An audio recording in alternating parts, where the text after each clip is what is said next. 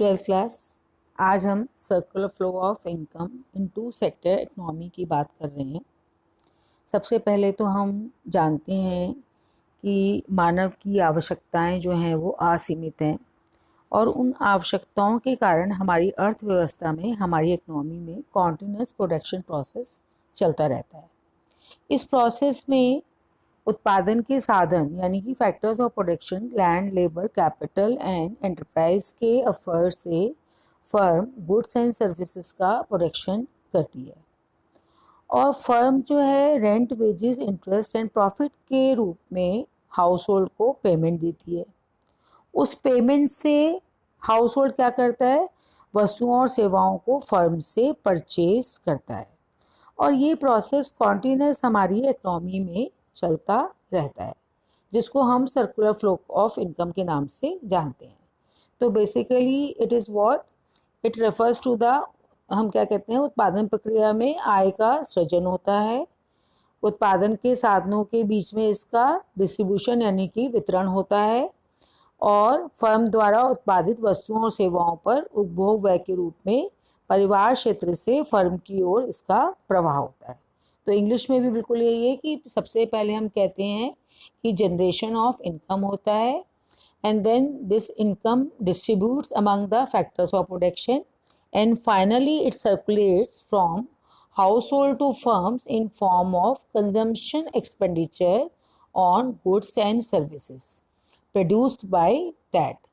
तो इसको हम, this is called the circular flow of income. अब इस फ्लो को जानने के लिए, इस फ्लो को पढ़ने के लिए हमें थोड़ा सा इसके ऊपर वर्क करना है कि इसमें कुछ एजम्पशंस हम मानते हैं, कुछ मान्यताएं मानते हैं। हम ये मानते हैं कि there are only two sectors. ऐसे तो हमें पता है हमारी इकनॉमी में 4 सेक्टर्स हैं, house hold, firm, government and rest of the world. But यहाँ पर हम सिर्फ 2 ही सेक्टर की बात करते हैं, हाउस होल्ड एंड फर्म्स।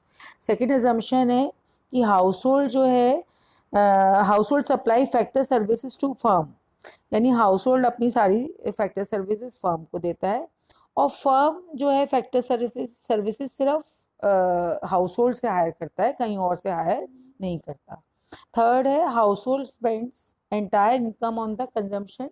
जितनी भी इनकम मिलती है हाउस होल्ड को वो सारी की सारी अपने उपभोग पर खर्च कर देता है। And firm sell all that is produce to the household. जो भी प्रोडक्शन हो रहा है फर्म जो है वो सारा का सारा हाउस होल्ड को ही बेच रही है और इसमें ना गवर्नमेंट और ना ही रेस्ट ऑफ वर्ल्ड इन्वॉल्व है, यानी कि सिर्फ 2 ही हमारे सेक्टर्स हैं, हाउस होल्ड एंड फर्म्स। यही हिंदी में लिखा हुआ है, बिल्कुल सेम वर्ड्स हैं। अब हम बात करते हैं कि किस तरीके से ये चक्रीय प्रवाह होता है। सबसे पहले तो हमें मालूम है कि फैक्टर सर्विसेज हैं लैंड, लेबर, फैक्टर सर्विसेज हैं land, labour, capital and enterprise और उनके बदले में फैक्टर पेमेंट क्या मिलती है? Rent, interest, wages and profit. Hindi में हम क्या कहते हैं? साधन, सेवाएं, भूमि, श्रम, पूंजी और उद्यम। और साधन आय होती है हमारी भूमि के बदले में किराया, श्रम के बदले में मजदूरी, पूंजी के बदले में ब्याज और उद्यम के बदले में लाभ।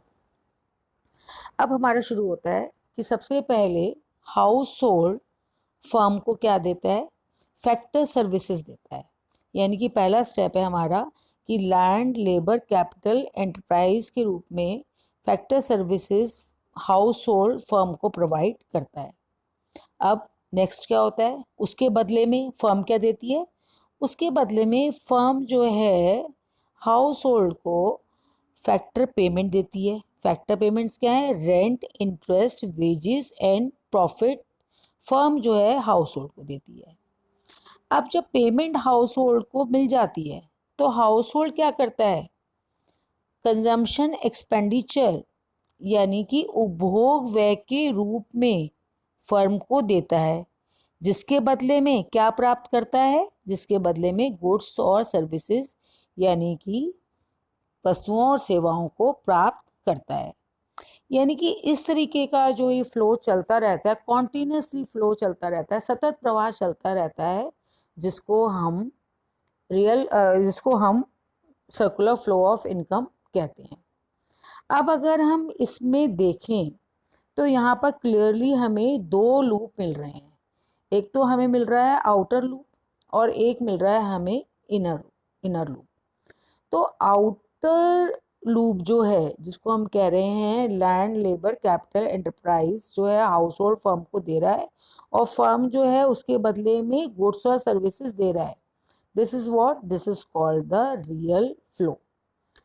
अब इनर लूप में अगर हम देखें कि फर्म जो है रेंट इंटरेस्ट वेजेस और प्रॉफिट यानी कि फैक्टर पेमेंट जो है फर्म हाउस होल्ड को दे रही है और हाउस होल्ड उसके बदले में क्या ले रहा है, कंजम्पशन एक्सपेंडिचर जो है वो फर्म को प्रोवाइड कर रहा है, अपना उपभोग व्यय फर्म को दे रहा है और फर्म उसके बदले में जो है रेंट इंटरेस्ट वेजेस प्रॉफिट दे रही है। तो ये हमारा कहलाता है मनी फ्लो। यानी कि हम कहते हैं इसको जब हम सेपरेट कर लेते हैं तो हम देखते हैं कि रियल फ्लो में क्या प्रवाह हो रहा है, flow of goods and services. जबकि अगर हम बात करें इनर लूप जिसको हम कहते हैं मनी फ्लो या नॉमिनल फ्लो जिसको हम कहते हैं मौद्रिक प्रवाह, तो उसमें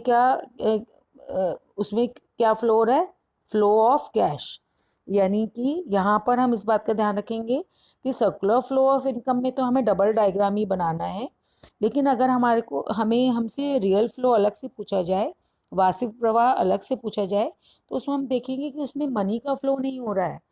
हाउस होल्ड जो है फैक्टर सर्विसेज फर्म को दे रहा है और फर्म जो है गुड्स और सर्विसेज दे रही है। जबकि मनी फ्लो में या मौद्रिक प्रवाह में क्या हो रहा है, हाउस होल्ड जो है consumption expenditure in form of money firm को दे रही है और फर्म जो है factor payment in terms of money house hold को दे रहा है।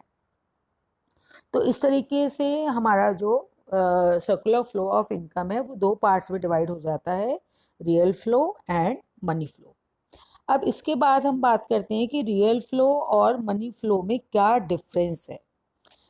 ऐसे तो समझ में आ ही गया होगा कि रियल फ्लो में flow of goods and services होता है और मनी फ्लो में flow of money between firms and household होता है। रियल फ्लो में हम देखते हैं कि exchange of goods and services है, जबकि मनी फ्लो में एक्सचेंज ऑफ मनी है। थर्ड है कि there may be difficulties of barter system in exchange of goods and factor services. आपको मालूम है बार्टर सिस्टम में जो है वस्तु विनिमय प्रणाली जो थी उसमें गुड्स और सर्विसेज का आदान प्रदान होता था और जिसमें बहुत सारी डिफिकल्टीज आती थी, छोटी क्लासेस में आपने पढ़ा होगा, दोबारा पढ़ लेंगे। लेकिन जो मनी फ्लो मनी का आदान प्रदान है जिसमें हम पैसे का आदान प्रदान करते हैं उसमें किसी भी तरीके की कोई डिफ़िकल्टी नहीं आती। सो ऐसे there is no difficulty in case of money flow.